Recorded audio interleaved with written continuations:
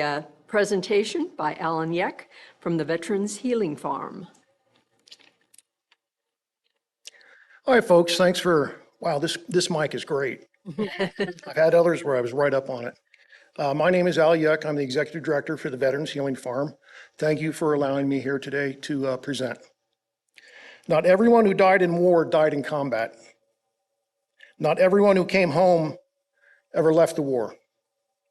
Invisible wounds like PTSD have claimed more lives at home than were lost in combat.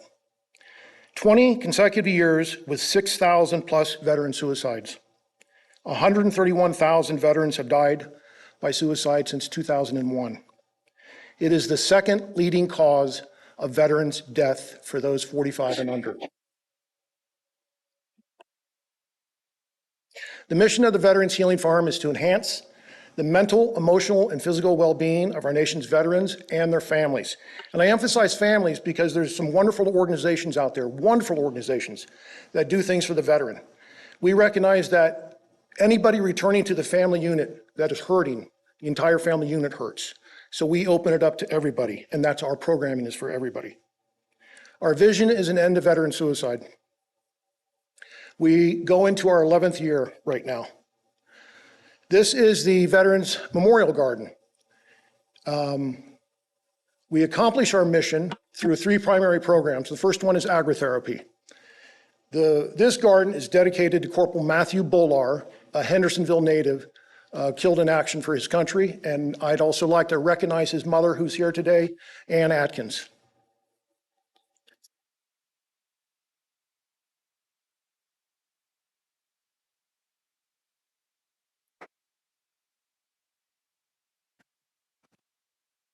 Everything that's grown at the Veterans Healing Farm is donated back to the community. To date, we're about 70,000 pounds of produce. The agritherapy side is about veterans working together outside in the soil and not a production farm. So that's why it's easy to give back what we grow. This is at the Charles George VA Medical Center. Every year we will hit that. 3 years ago, we started expanding. Before, it was just the Charles George VA Medical Center. But since then, recognizing the need in our own community, we give to the Veterans Restoration Quarters, a 200-bed male veteran homeless shelter. I Am Food Pantry. This is at the VA. We also grow flowers. And this is Building 9, which is the mental health building facility at the Charles George VA. Under our agritherapy, we also have beekeeping. Nobody has to know how to do anything when they come to the farm. You don't have to know how to be a beekeeper. You don't have to know how to farm or garden. We'll teach you. Or you don't have to do anything. Just come and be is what we say. Just come and be together. That camaraderie, that shared culture is so important. Similar to what we do with our produce, the beekeepers can keep whatever they want, but otherwise we give all of our honey away. Last year it was 8 gallons. This year our hives have been hit, so it'll be a little less, but the program continues. This is our medicinal herb garden, another part of our agritherapy. We have 68 different medicinal herbs in there. This is run by the Director of Plant Medicine, Rebecca Van. We go with medicinal herbs because the big 3 for veterans are sleep disorders, anxiety, and inflammation. So if we can use a plant to have one less pill from Pfizer that the veterans are taking, then it's a victory. So this is our medicinal herb garden. Thank you, Jennifer. And this is an ongoing program. Right now, she probably has 68 volunteers signed up, 20 or so that participate on a regular basis. This is one of the workshops we do. So I talked about our agritherapy program. The other program are the workshops we do. All the workshops we do are either therapeutic or actual therapies. Last year we did 49 workshops for 477 participants. This is equine therapy. We work with other veteran organizations in the area. This is Heart of Horse Sense that comes down for when we are running our equine therapy program. This is Warrior Canine Connection, based out of Asheville. They're a national organization with an Asheville office. They come to the farm for our canine therapy. We also started, when we took over 3 years ago, we recognized that veteran suicide is disproportionately higher than anywhere in the community, but it's a crisis in the entire nation. We started suicide prevention workshops, and we open these up to everyone that wants to come. So in the last 2 years, we have trained 68 community members in suicide prevention. It's a 2-hour workshop, and our goal is to have everybody participate, no different than someone learning first aid or the Heimlich or CPR or suicide prevention. It's at that point, and as it stands right now, you may see somebody, you'll encounter them. They're down. Can I help you? You okay? Yeah. Well, let me know if I can help, because you don't know what to say.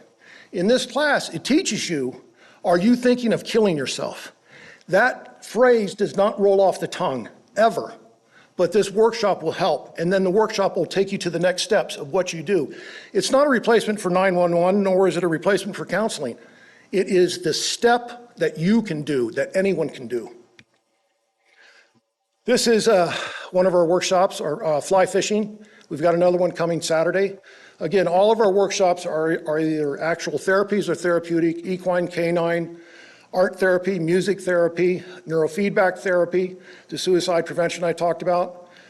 Fly fishing, we'll have kayaking, hiking. These are all veteran organized, participated events. Last year, we hosted the Traveling Vietnam Memorial Wall at the farm. Was anyone here able to come out and visit it?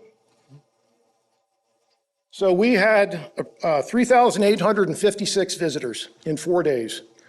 So it was the Traveling Vietnam Memorial Wall, and they also brought along, that we weren't expecting, the 9/11 Memorial. So it was a very special day. And I got to tell you that if you've seen the memorial in DC, you understand when you're there, that's holy ground, that's sacred ground. And so when this was coming in, I had not seen the traveling wall before. This is sacred ground. Wherever you put those 58,000 names, it becomes sacred ground. This was Quilts of Valor, another national organization that we participate with that awarded quilts to our Vietnam veterans, and the Welcome Home Vietnam veterans.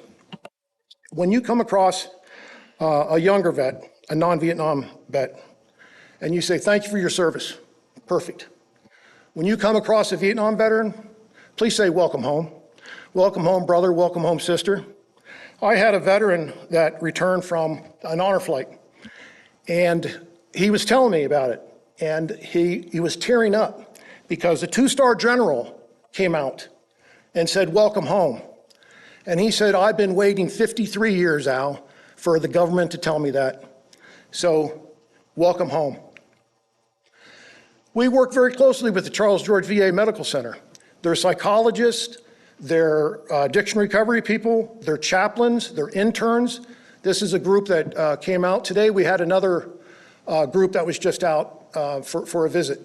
But the Charles George VA Medical Center supports the Veterans Healing Farm, and we work very closely with them. This is a workshop we had with some of our flowers, and I just put this picture in there. This is Carrie. She's a retired E8, and it's just that smile. You can't help but smile when you see that, and that's what happens at the farm. Our Veterans Resource Fair. So I talked about our agritherapy, I talked about our workshops, and now we get to our events. This is our first Veterans Resource Fair. We finished our third this year. They're always on the Saturday Memorial Day weekend. This past one, we had 40 organizations that provide free services to veterans and their families. 3 food trucks, 2 bands. It's always a great event. This you'll see on stage is Brothers and Sisters Like These, which I'm sure all of you know about. Started at the Charles George VA as a Vietnam veteran writing group. For veterans that couldn't talk about their experience, they learned to write, and then started doing public performances, and then opened it up to all veterans. So on that stage are veterans from Vietnam through Afghanistan. This is, I think we all recognize Chuck. We have the Boy Scouts come twice a year for their ceremonies. The last time not the last time, time before that, that they came, they were learning how you respectfully retire a United States flag in fire, how to fold it, how to cut it, what to say as you're putting it in the fire, and then that you wait for the fire to go out and you dig up the ashes and you bury the ashes. And to see these young men learn this, to have respect for our flag, it's an incredible moment. This is, I'll jump back for a second to our agritherapy. So last year we had a gentleman, Craig LeHoulier, come to the farm. Craig is he's a big pharma scientist, but he didn't really like big pharma, but he loved heirloom tomatoes. He's the one who named the Cherokee Purple Tomato in 1990, lives a mile from the farm, came up and said, Al, you want to work together? So we created a tomato team. Last year they grew 115 different varieties of tomatoes in our greenhouse. And then this was at the Buzz. And so we were able to bring, we can only fit 40 of them, 40 varieties in the Buzz. But this was a public tasting, and it was a wonderful event. And one of the things that we always want is we don't want veterans to come to the farm from self-isolation to self-isolation. So we make a point of going back out to the community, and we make a point of the community coming out to the farm. This was last year's barefooting. You'll notice this is called Homecoming, and that's an airborne ranger patch and also a prosthetic limb. And this is a female that has come back to her cub. And it's in recognition of the sacrifices and progress made by our female warriors. What says on the cub shirt is only two things protect the United States of America: God Almighty and the U.S. military. And that's a Charlie Daniels quote. This is at the end of the year. This was if you were out for the Cooster ribbon cutting. Right after that, we had our end of the year get together. So just some of the veteran volunteers that come out. This year, we found out that we were awarded the Nonprofit of the Year. So we received this in January. It was quite a surprise, really. We are so honored that we received that. This is a delegation from Ukraine. So we had 4 people that came over from Ukraine. They went to the Charles George VA to see how the Charles George VA helps its veterans recover from trauma. They went to a VA in Virginia that specializes in loss of limbs to see how they help veterans recover from trauma. And they came to the Veterans Healing Farm to see how we help veterans recover from trauma. And when I was talking to them, I said, well, and just so you know, we love the Charles George VA. We love our VA. It's one of the best in the country. But I said, when you start your VA, that'll be about $1 billion. We can do it for a lot less. This was mothersofveteransuicide.org. They come in every year for the resource fair. And she started with 6 butterflies, and now there's over 200 on her vehicle. And this is what I had referred to at the beginning, that we haven't been in active combat, but it continues. So in January, we were informed by our landowner that she's retiring and would like to use the land to enjoy with her family, and will not be renewing our lease, which ends this August 15th. We're in the process of closing down. This is the proposed new home that we're going to build. This is a model of non-pharmaceutical intervention for veteran trauma that I believe will continue to help our veterans. The American Legion is a wonderful organization. The VFW is a wonderful organization. We focus on trauma recovery. It's a little bit different, but it's an organization that needs to happen. Recently, the Mountain Express interviewed 6 area police chiefs and asked them what their top concerns were. Hendersonville Chief of Police Blair Myhan, great guy. Blair's over there. But he is a great guy too. He is a great guy. 2 of the things he said, the first 2 were mental health and homelessness, the two big concerns for Hendersonville. The Connection Center is gone.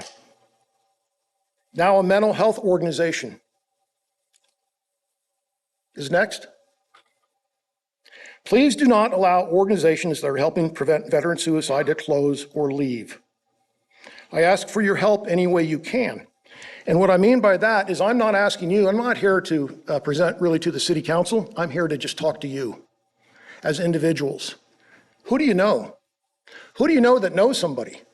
Who do you know that can help us build this? Right now, the county has worked with us to find land and has offered us the office space in the new renovated VFW temporarily while we continue this.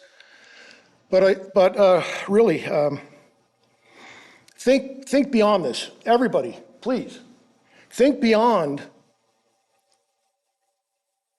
what you can do. We've raised $600,000 in little checks.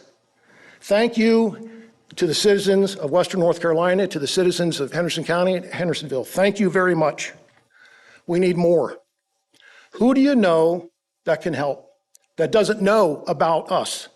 I don't want to close. I don't want to leave. But the reality of life today is we're going to need some help to make this happen. So, thank you for your support. And that's all I have right now. So, thank you.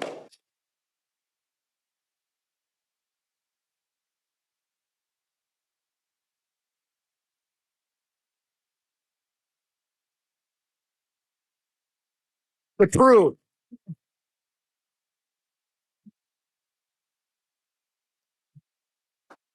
Council have any questions? Yeah, Alec? Yes, Tell sir. us what you're looking for as far as give us a profile of the land. The land that we're looking for, because we're losing some space across from us that we use for parking, is ideally 12 to 15 acres. And in Henderson County is where we want to stay. Water, I mean, creek, That would be awesome if we had water on it, a creek, by a river, there was a pond. That's a bonus. I mean, we would love that. But and we're expecting to have to rebuild with electric, septic, whatever it may be. We looked at I looked at a place, it's a beautiful little spot. It's $2 million. So it kind of is not really our spot, but it had all of that. now, some of the containers and the structures, will you be able to move those? Or No, the main structure, which is called our bunkhouse and our stage, will be staying. We'll take our office, a Connex container on wheels, we'll take that with us. We'll take our golf carts that we use for transporting around the farm. We'll take our 3 vehicles. We'll take a refrigeration truck, and then everything that, all our placards and things like that. But Yeah. the main building stays. So in addition to land, you're going to need help with structures. Oh, absolutely, yes. And we look at this as an opportunity, because right now, our programming will stop in November because of weather, because we don't have an indoor space. So our workshops will stop when it's cold, they'll start again when it's warmer. This past year, we did a little experiment. We ran workshops in local coffee shops, and they were packed. They were filled, because our veterans don't want to stop in, here and then pick up again here. What do we do? What do we do? So when we build this, we will have indoor classroom space, indoor office space, indoor visiting therapist space, and it'll operate year-round. And do you have a budget, exclude the property? Just what would you think, excluding property, your budget would be? Excluding property, 1.5 million. Thanks. Thank you, Jeff. Okay. Anyone else have a question?